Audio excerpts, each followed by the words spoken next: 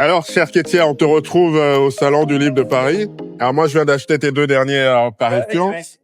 Parle-nous-en en quelques mots. Ok, d'accord. Il y a les histoires rencontrées à raconter, qui est mon tout premier livre, qui a été édité en 2024 et réédité en 2025. C'est un livre qui parle de ce désir profond de s'accrocher à la vie que je n'étais pas prête du tout à quitter.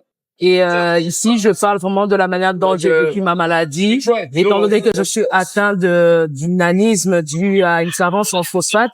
Et dans ce livre, je parle de la manière dont j'ai vécu ma maladie, la manière dont je me suis acceptée, la manière dont j'ai vécu les rejets, les moqueries de mes camarades. Et donc ce livre ici, c'est un livre qui a été écrit justement pour conscientiser qu'une personne qui passe par les moments difficiles de la vie à ne jamais abandonner, à toujours garder l'espoir, et rappeler à une personne que être dans la joie et dans soi, surtout lorsqu'on passe par des moments difficiles, il faut jamais abandonner et garder toujours l'espoir parce qu'il y a toujours une sorte de sortie de crise. Ça, c'est mon tout premier livre, les histoires rencontrées à raconter. Et il y a le second livre, Kojo et les trésors de la forêt, qui a été publié cette année en 2026, en février.